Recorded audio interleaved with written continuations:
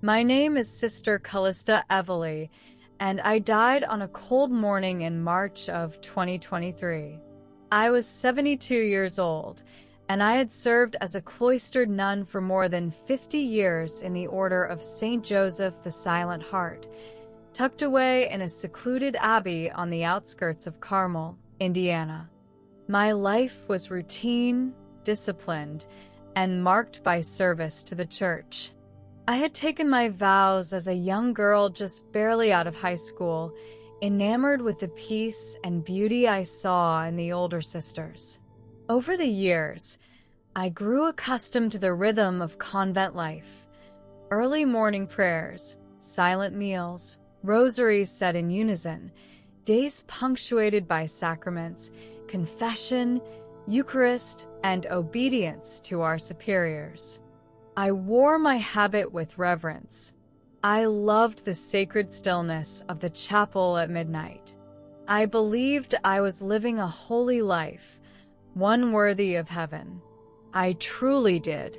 So when my body began to decline, and the doctors informed us that I had late-stage congestive heart failure, I received the news with solemn peace. I had lived for God, or so I believed. Death didn't scare me. In fact, I welcomed it with a quiet expectation, imagining angels would carry me straight to eternal rest. I remember the moment it happened, though I had no sense that death had come. I had been in the infirmary of our abbey, lying in bed, Sister Martha holding my hand and reading softly from a psalter. A sudden wave of warmth washed over me, and I could feel my limbs loosening, the ache in my chest fading. Then, without warning, I felt as if I were slipping backward into a vast expanse of silence, like falling into water without a splash. I opened my eyes, but I was no longer in my body. I was standing barefoot in what I can only describe as a realm between realms.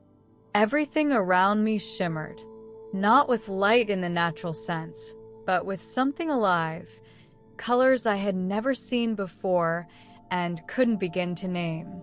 It felt as though I was wrapped in a sacred presence, and yet the air held tension. I expected to see angels or saints rushing to greet me, but instead, I stood alone in the hush. A low hum filled the atmosphere, pulsing like a heartbeat just beyond my hearing. I began to walk, though there was no ground, no visible path, and the light around me seemed to respond to my thoughts, brightening and dimming with each feeling. Time didn't exist. There was no age, no pain, no ticking of the clock, but I still felt uncertain. I called out in my spirit, "Jesus," but the name came out more like a cry than a prayer. I expected warmth. I expected embrace. But what came was different. Suddenly, I was no longer alone. A presence, vast and overwhelming, approached. I couldn't see a face, only a radiance that made everything inside me fall silent. I felt exposed, not judged harshly, but laid bare. This was no soft, comforting encounter. This was truth. Every layer of pretense, every veil of ritual or religious practice that had clothed my life fell away in an instant. The light seemed to pierce through my soul, and I fell to my knees without realizing I had even moved. The presence spoke, not with lips, but directly into the depths of my being. A voice I knew was Jesus, the same Jesus I had worshipped, studied, prayed to. But the voice was not what I had expected. It was both grief-stricken and full of holy authority. He said, "You followed the church, but you did not follow me." Those words shattered everything I believed about my life. My prayers, my service, my decades in the convent. They all flashed before my eyes, like a river of memories suddenly surging through a broken dam. I saw myself kneeling in the pews, repeating novenas, cleaning chalices with reverent hands, obeying Mother Superior with quiet submission. I saw myself reciting the rosary dozens of times a day, attending Mass without fail, fasting, confessing, and living by the rule. And yet, in each scene, I saw something missing. I never once asked Jesus, "What do you want from me today?" I never invited him to speak into my heart. I assumed that being devout meant I was righteous. But now, under his gaze, I realized I had known of him, studied him, spoken about him, sung about him, but I had never truly known him. He showed me scenes I had forgotten. A young novice had once approached me, weeping in the garden, questioning her faith. I had handed her a catechism instead of comforting her with the love of Christ. I watched myself turning away from broken people, afraid their emotions might disturb the convent's order. I remembered a woman who visited once, pleading for spiritual help after her daughter's suicide. I gave her a prayer card and told her I would offer masses for her, but I didn't truly sit with her pain. The moments played out like echoes in a canyon, each one ringing with hollow ritual. Your heart was close to doctrine, but far from me, Jesus said again, and this time I felt it like a knife. Not in anger, but in truth. He showed me the times I had spoken of mercy, yet held bitterness towards sisters who disagreed with me. He revealed how I had clung to the rule book, mistaking spiritual control for spiritual maturity. I thought silence equaled holiness. I thought obedience equaled intimacy. But I had never once let Jesus interrupt my structure. I had never once knelt before him and simply wept, or sat in stillness long enough to hear his voice behind the veil of routine. I tried to defend myself in my spirit.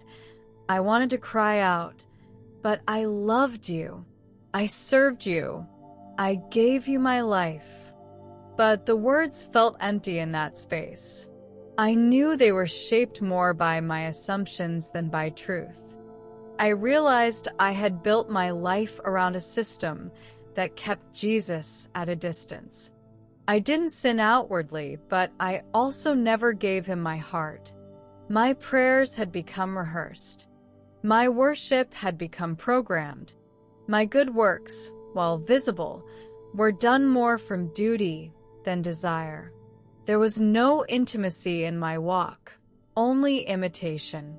And yet, even in the crushing truth of that realization, I felt no condemnation from him, only sorrow, as if Jesus himself wept for me, not because he hated me, but because he had loved me deeply and I had missed the invitation to know him personally. I thought I had spent a lifetime preparing for heaven, but I had never stopped to ask the King of Heaven what he truly wanted from me. I had been a bride in name, but not in intimacy, a servant in habit, but not in love. Jesus said one final thing before everything around me began to shift.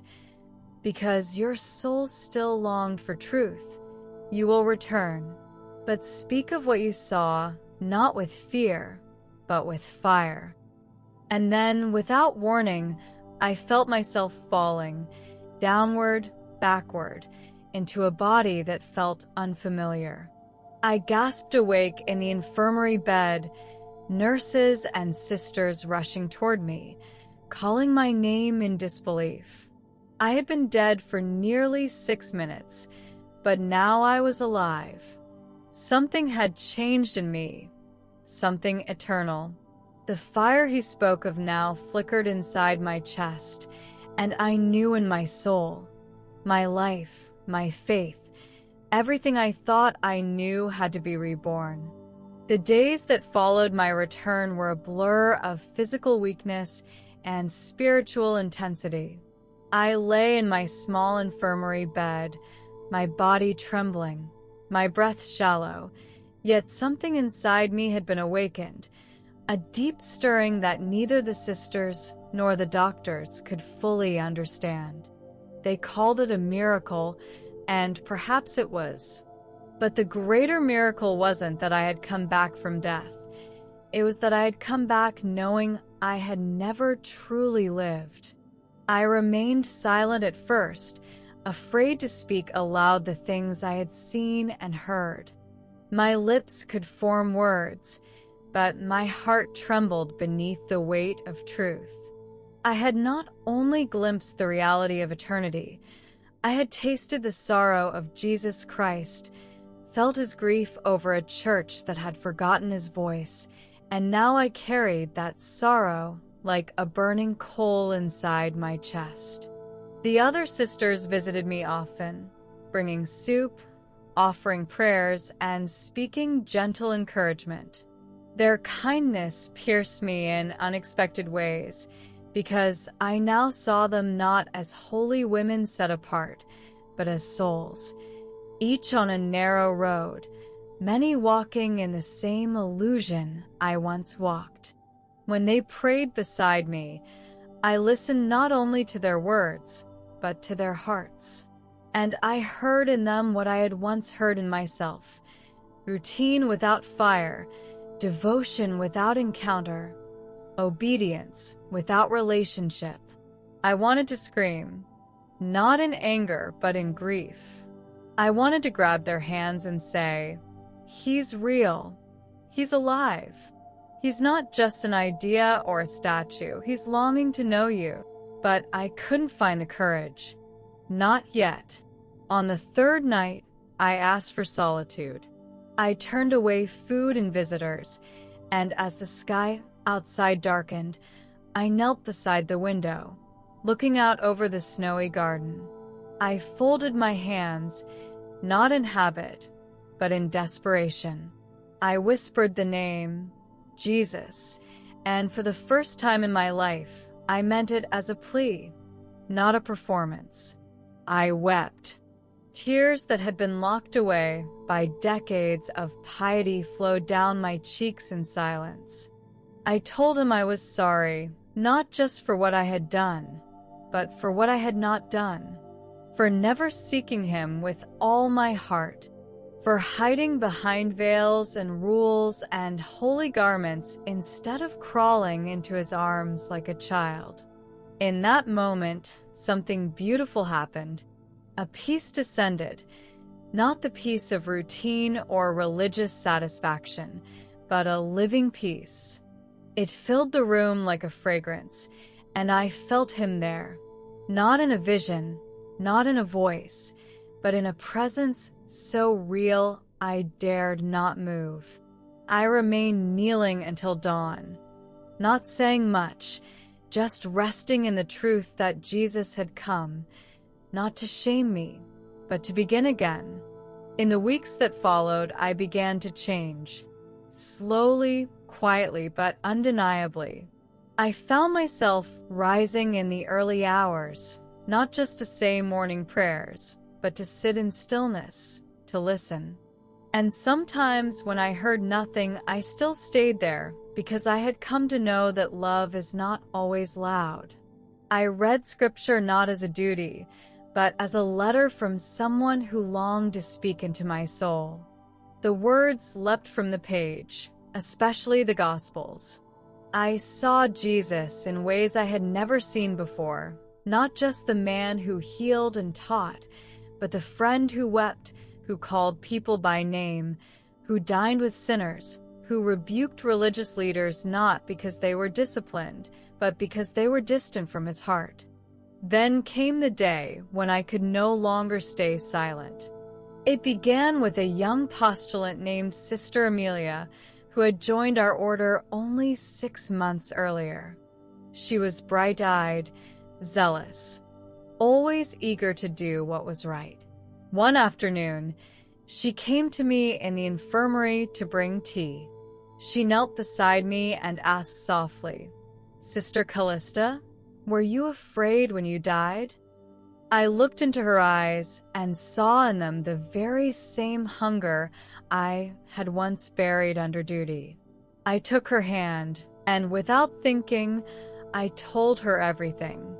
The tunnel, the light, the sorrow in Jesus' eyes. The words, "You followed the church, but you didn't follow me." Her eyes widened, and for a moment, I feared I had said too much. But instead of shock, I saw something else. Understanding. Her lips trembled as she said, "I felt that too, like I'm doing all the right things, but I still feel distant. I thought it was just me." I embraced her. That night, we prayed together, not with scripted prayers, but with open hearts. It was the first time I had truly prayed with someone, not at them, not over them, but with them. I realized then that God was not calling me to destroy the church, but to awaken it from within. Word spread slowly. Some sisters asked to hear my story. Others avoided me, unsure what to think. A few, especially older ones, warned me to stop speaking of private revelation.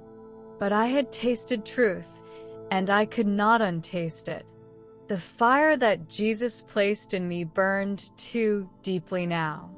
I began speaking not only within the convent, but at neighboring parishes. I was granted permission, surprisingly, by the Archdiocese to share my testimony as long as I did so in accordance with the teachings of the Church. I agreed, because nothing I said violated doctrine, only exposed what doctrine without love becomes a shell. As I stood in those churches, staring into the eyes of people who had grown weary of religion, I saw something extraordinary. Hunger. There were those who had gone through the motions for years, confessing sins without repentance, receiving communion without communion, attending Mass without truly encountering Christ. And when I told them that I too had walked that path, that I too had mistaken obedience for intimacy, they listened. Some wept. Some left in silence. A few came up afterward, asking for prayer, not out of routine, but out of desperation. Not everyone was pleased, of course. A letter arrived one day from a theologian who claimed I was endangering souls by discouraging sacramental life. But he misunderstood. I was not discarding the sacraments. I was saying they must be rooted in relationship. Communion without love is just bread. Confession without sorrow is just noise. Rosaries without trust are just beads. What I saw in that place beyond death was not that the church is wrong, but that it must be alive. Jesus didn't come to give us rituals. He came to give us himself. I thought often of that moment in the afterlife when I saw the souls of priests and nuns who had believed their garments would save them. Their screams still echoed in my heart. "But I sang for you. But I wore the collar." And the reply that shattered me. "But you didn't know me." I promised Jesus I would never let my story grow cold, that I would tell it again and again until my final breath. Because the church is beautiful when it is alive, when it breathes with the Spirit, when it loves with reckless honesty, when it places Jesus, not habit, not heritage, not hierarchy, at the center of everything. This was only the beginning of my return to Earth, but already the path ahead was clear. I had not just been revived. I had been sent. Not long after I began sharing my testimony publicly, the walls of comfort I had known for so many years began to tremble. I suppose I expected applause, or at least quiet approval. After all, I was a nun, respected, long-standing, gentle by nature. But I quickly learned that spiritual truth doesn't always win you friends, especially when it threatens the illusion that everything is fine. At first, the letters came quietly, slipped under my door, or sent to the convent anonymously. Notes from parishioners, other religious sisters, even priests, some expressing awe and gratitude, others veiled with concern or polite resistance. "Your intentions are good," one read, "but be cautious about stirring confusion in the faithful." Another asked pointedly, "Who are you to claim you saw hell? Are you placing your personal experience above church teaching?" I read every word carefully, not with offense, but with sorrow. I understood their fear. I had once shared it. Change feels like chaos to those who have built their lives upon structure. But I was not here to bring chaos. I was here to sound the alarm. I began visiting other convents. I was invited to speak at a retreat center for lay women. There, among women whose lives were full of grocery lists, marriages, parenting, jobs, and ordinary responsibilities, I saw more spiritual hunger than I had in some monasteries. They weren't interested in rituals or rules. They were thirsty for encounter. Many came to me afterward with tears. One woman confessed, "I pray every day, but I don't know if I've ever heard his voice." Another said, "I go to church out of duty, but I don't feel close to him." I thought that meant I was just a bad Catholic. In those moments, I told them what I had come to understand. Feeling distant from God doesn't always mean you're failing. Sometimes it means you've never been taught how to draw near. We've been given beautiful tools, sacraments, liturgy, traditions, but tools are meant to build relationship, not replace it. Without the presence of Christ, even the holiest routines become empty. I had lived that emptiness, and now I was desperate to make sure others did not. Yet as the months passed, the resistance grew stronger. A high-ranking diocesan official summoned me to a meeting. He was polite but firm.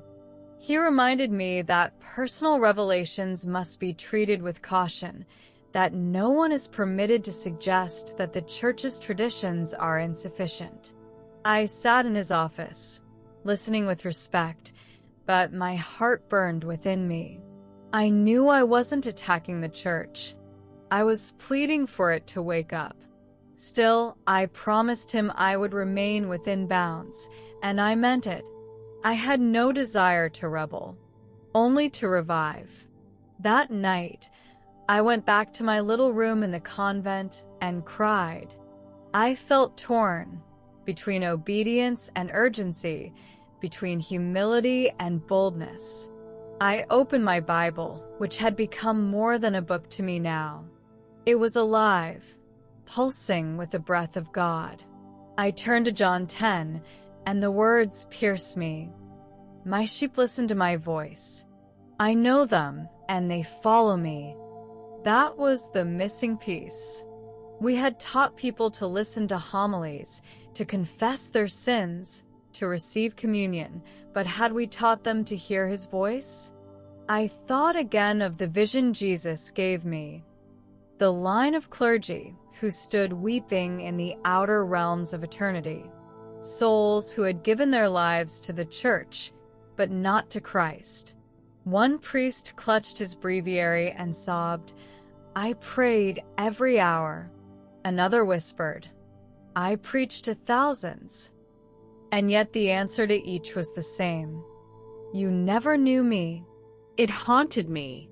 One Sunday, I was invited to speak at a youth mass in a nearby parish. The church was packed, mostly teens and young adults, seated with arms crossed, phones buzzing in their laps, faces half engaged. I stood at the pulpit and told them the truth. Not with drama, not with condemnation, but with raw honesty. I spoke of my years in the convent, how I had loved the routine, the silence, the reverence, but how I had missed the very heart of it all. I told them about the moment Jesus looked at me and said, "You followed the church, but you didn't follow me." There was a hush in the room. Some looked up. Others cried. I ended by asking a question I now ask everywhere I go. Do you know him? I don't mean know about him. I mean, do you know him? That single question has become my fire. Because if we don't know him, if we're not walking with him daily, listening, repenting, trusting, then no amount of religion will save us. After the Mass, a boy named Thomas came up to me. He couldn't have been more than 16. He said, "I've gone to Catholic school my whole life, but I've never prayed for my heart." I didn't even think it mattered. I put my hand on his shoulder and said, "It matters more than anything." Slowly, my ministry grew. People started coming to our convent just to speak with me. Some were Catholics who had walked away. Others were still practicing but dry and disillusioned. Many were clergy, priests who confessed they felt disconnected, unsure how to shepherd a flock when their own hearts felt far from the shepherd. I never claimed to have all the answers. I only shared what I knew, that Jesus is real and that he wants our hearts more than he wants our habits. One evening, I received a call from a bishop in a southern diocese. He had read my story online and asked if I would come speak at a private clergy retreat. I agreed, nervously. When I arrived, I stood before 50 priests and a few deacons. Some looked skeptical, others curious. I told them the truth again, even though my hands trembled. I spoke of Jesus' sorrow, of the nun who thought she was saved because of her discipline, only to find that her discipline had become a wall instead of a doorway. I could feel the tension in the room, but I also saw tears. Afterward, one priest approached me and whispered, "Sister, I'm afraid. I preach, I serve, I pray, but sometimes I wonder, have I ever really heard him?" I looked him in the eyes and said, "Then start today."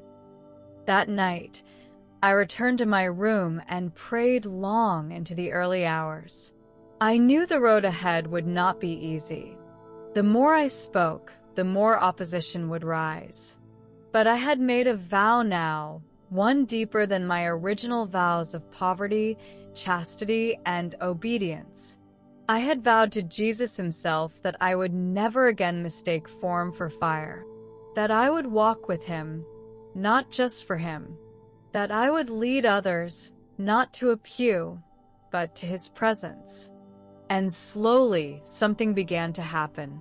Not a revival in the traditional sense, no sweeping movements, no massive conversions, but something deeper, hidden, personal, a quiet stirring in souls all over. Men and women who had grown up religious but had never known how to reach past the ritual were now beginning to wake up. They started opening their Bibles, praying without a script, listening, and in those small awakenings, I saw the flame of the church rekindling. It was no longer enough for me to say I had seen Jesus.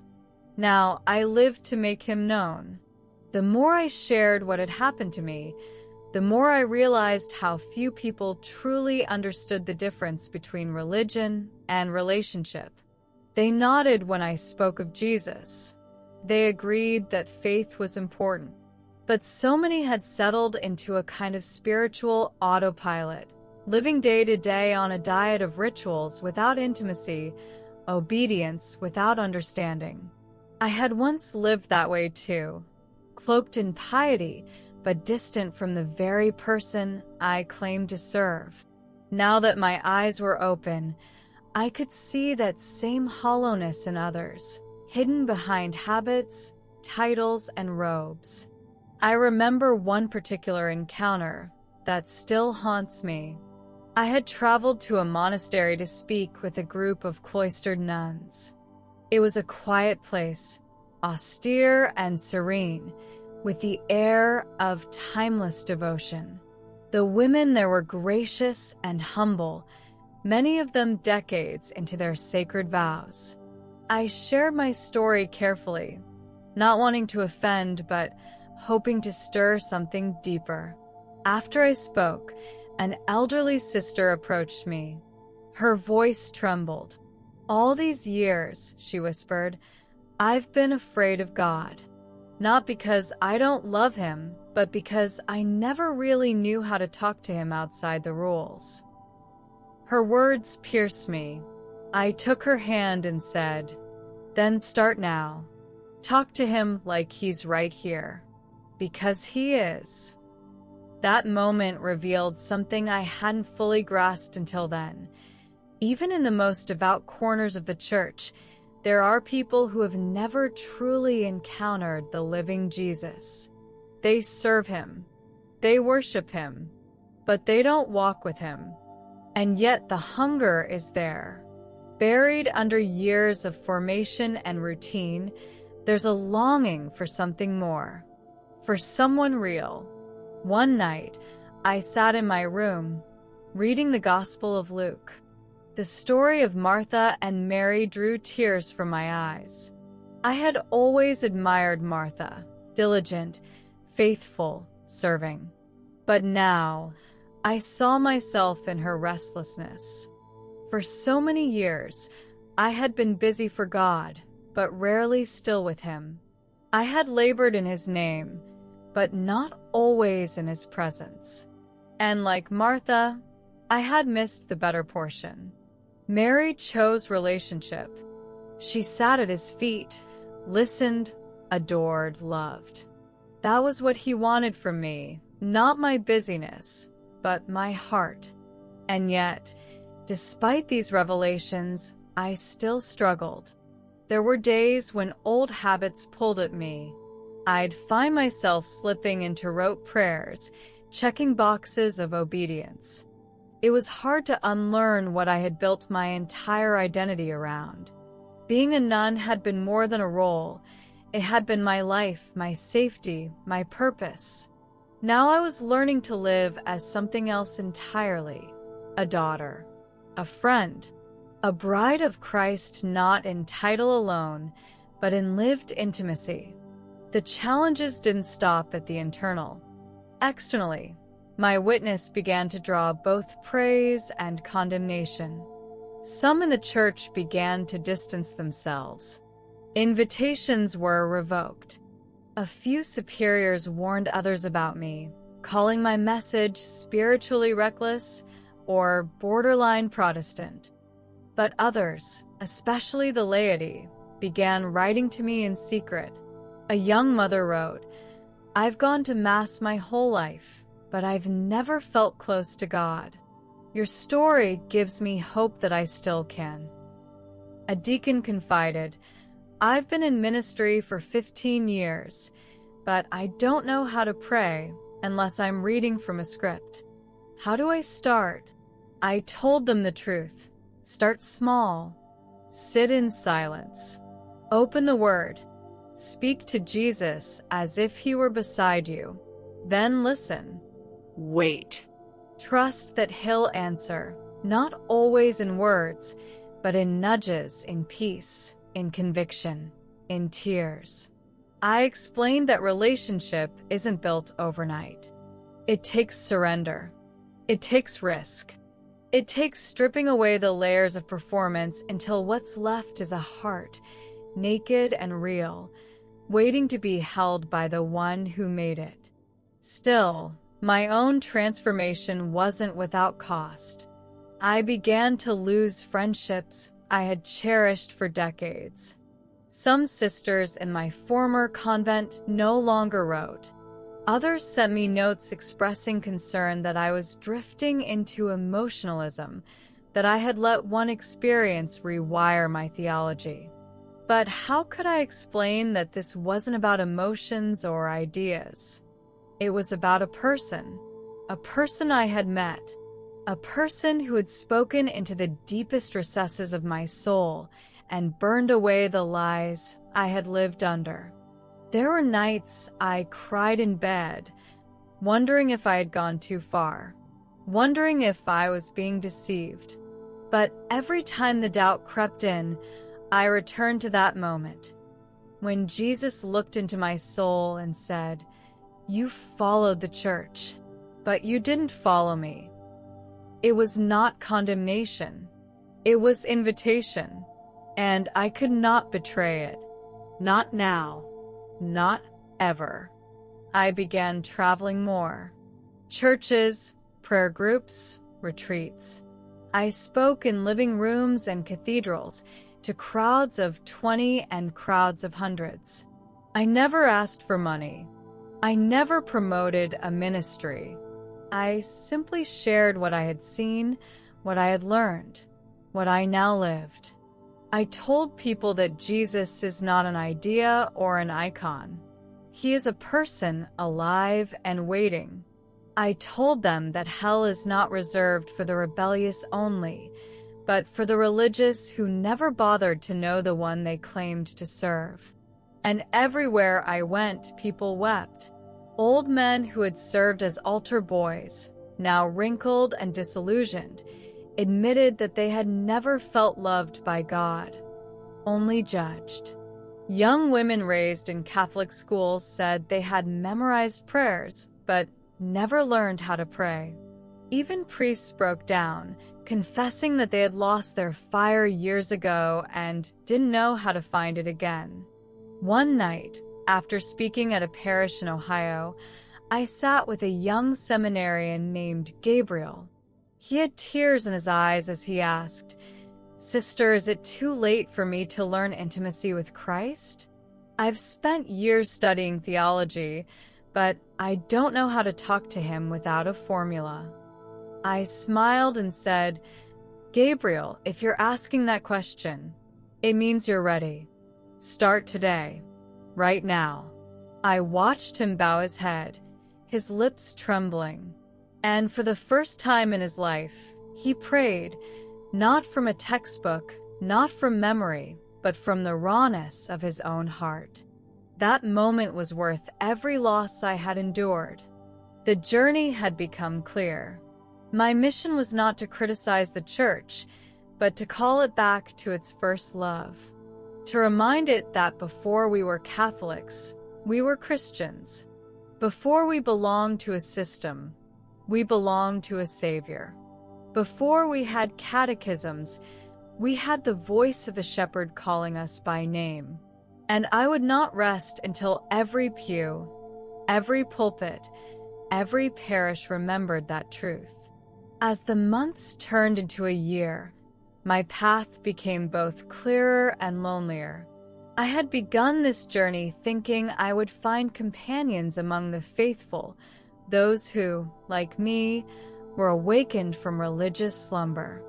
And in some ways, I had. I met believers whose hunger for Jesus burned like wildfire, whose eyes lit up when I spoke of his love, whose hearts trembled at the mention of his voice. But for every soul I found yearning for truth, I encountered many more clinging to forms and fearing change. There was something about the message that offended people deeply, especially those who had built their identity on religious consistency. "Are you saying everything I've done for God is meaningless?" they would ask. "Are you saying sacraments don't matter?" I never said that. I never dismissed the beauty or value of the church's traditions. But I couldn't pretend anymore that they were enough. The rituals were holy, yes, but only when they were vessels, not substitutes. And too often, they had become replacements for real surrender. I wasn't attacking the church. I was pleading with it to wake up before it was too late. I was invited one evening to speak at a university chapel, a prestigious Catholic institution known for its intellectual rigor.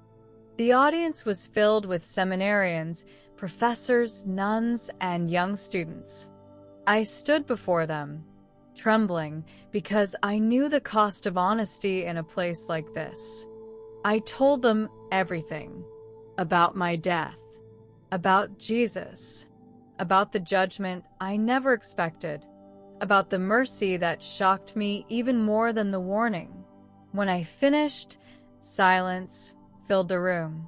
Not applause, not tears, just silence. A faculty member stood up, thanked me politely, and ushered me away. I never heard from them again. The rejection stung, but I understood. My message wasn't designed to flatter. It wasn't meant to entertain. It was a sword, piercing, dividing, exposing. And that kind of truth, though wrapped in love, is rarely welcomed. Still, I kept going, because in my quiet moments with the Lord, I sensed His pleasure. I felt His delight, not because I was bold, but because I was faithful. He had saved me from a terrible destiny, and all I wanted now was to save others from the same fate. One night, I had a dream so vivid it left me weeping in the dark. In it, I was standing at the back of a church, watching a procession of clergy march toward the altar. They wore ornate vestments, carried polished chalices, and chanted with precision. But Jesus was nowhere among them. Instead, He stood outside the doors, knocking unseen. The people inside continued their rituals, oblivious. And then He turned and looked at me, not with anger, but with sorrow. That image burned into my spirit.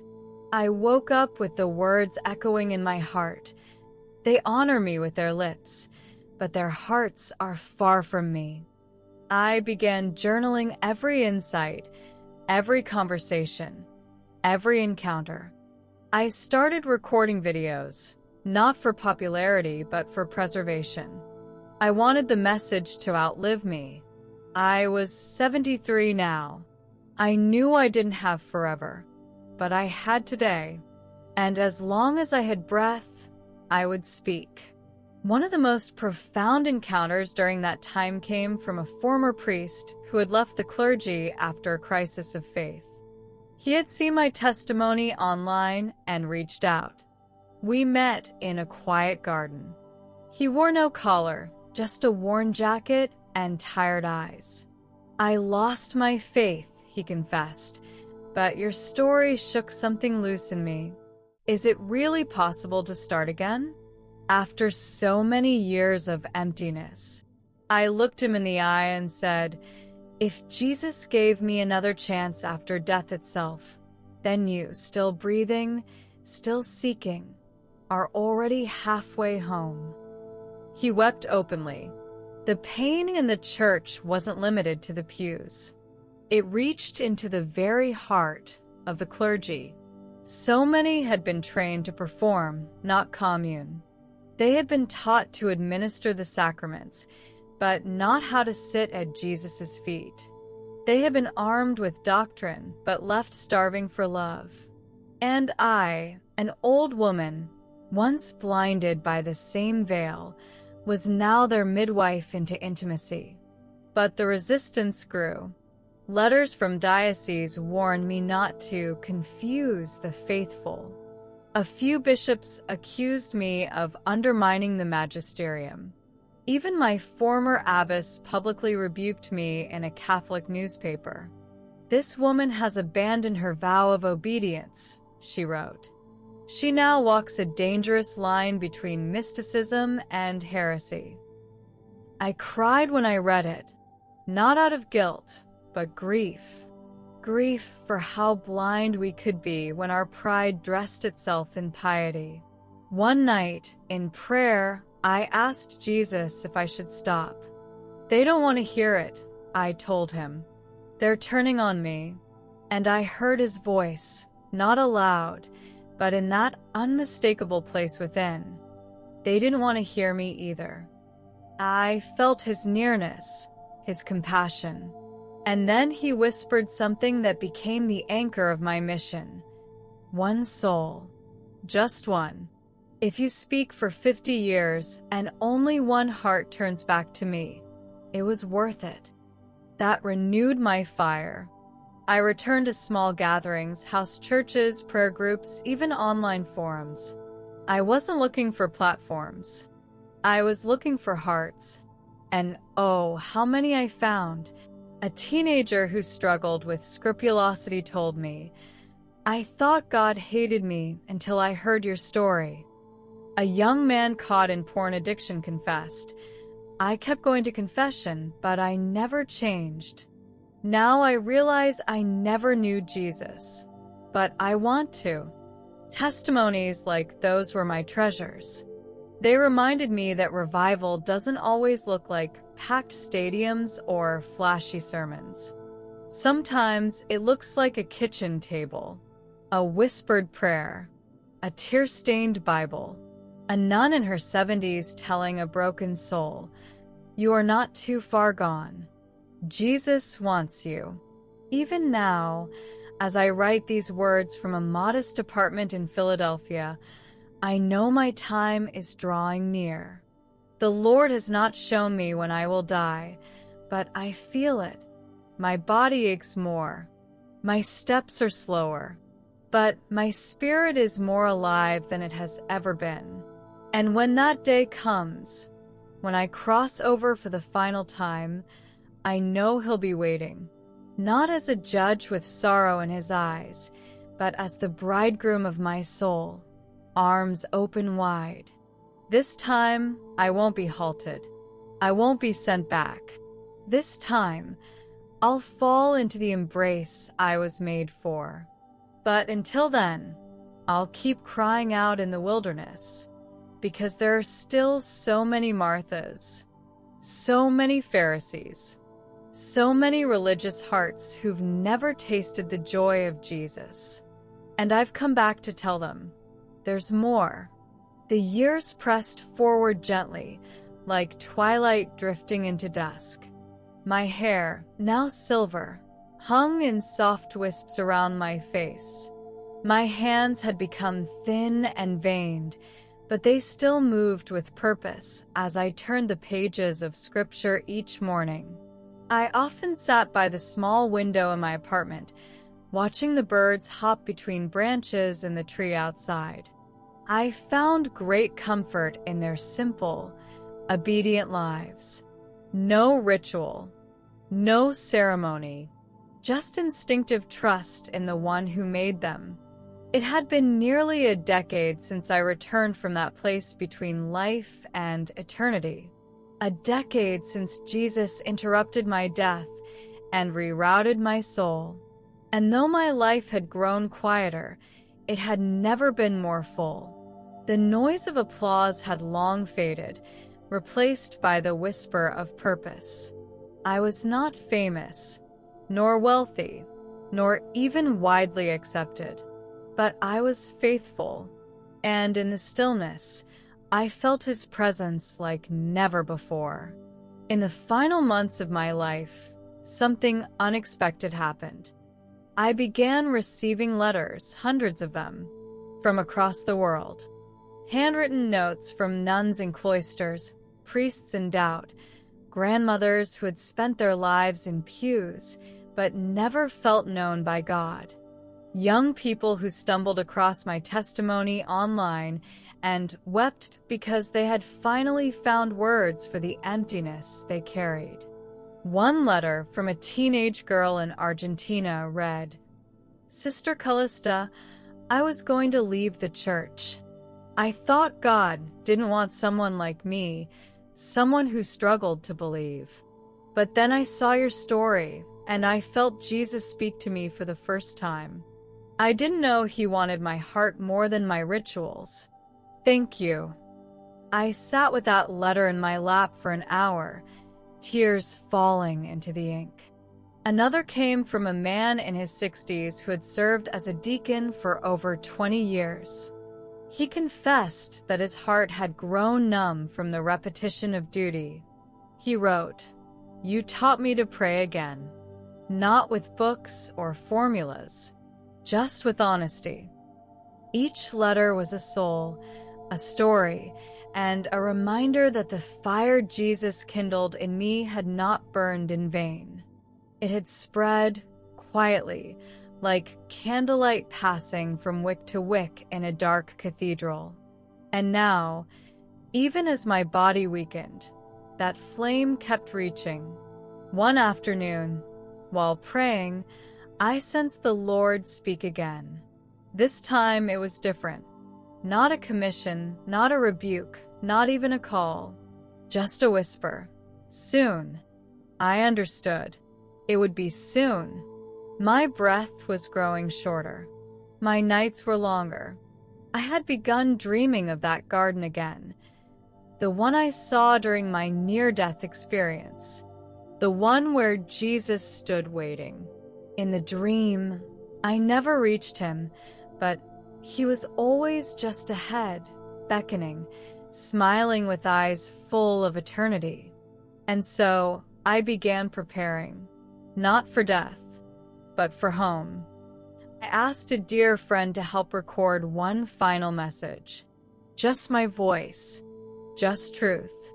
I wanted people to hear it, not through polished production or background music, but raw, real, and burning. In that recording, I said, "Don't wait until your body gives out to realize your soul was starving. Don't assume church attendance equals salvation. Don't confuse reverence with relationship. Jesus is not waiting for your performance. He's longing for your surrender." I asked them to search their hearts, to strip away the layers of tradition and ask one simple question. Do I know him? Not about him, not rituals concerning him, but him alive, speaking, walking beside them. I begged them, don't gamble eternity on religious habit. If you've never met the living Jesus, cry out for him now. He will come. And then I went silent. In my last days, I wasn't afraid. There was no dread, only peace. I had faced judgment and been embraced by mercy. I had been pulled from the edge of hell by the very one I thought I served. Now, at last, I would see him not as a sorrowful judge, but as the lover of my soul. On the final evening, I sat in bed with my Bible open and the moonlight pouring in. I smiled because I knew that before the sun rose, I would be with him. I whispered one last prayer, not for myself, but for you. Yes, you reading this, watching this, listening with your heart stirred. I prayed that you would not go another day without meeting Jesus for yourself, that you would not settle for secondhand faith or empty rituals, that you would throw yourself at his feet and say, "Here I am, not my religion, not my status, just me." And now, beloved one, it's your turn. Go to the comment section below and write your answer to this one question. Do I know Jesus personally? Not as a theory, not through tradition, but personally. If the answer is yes, praise him with boldness. If the answer is no, don't be ashamed. Write that too, and let others surround you in prayer. This isn't about judgment. It's about invitation. The doors of grace are still open, but one day they won't be. Don't wait until it's too late. Comment now. Confess, commit, or cry out, but whatever you do, don't stay silent. Jesus is listening, and so are we.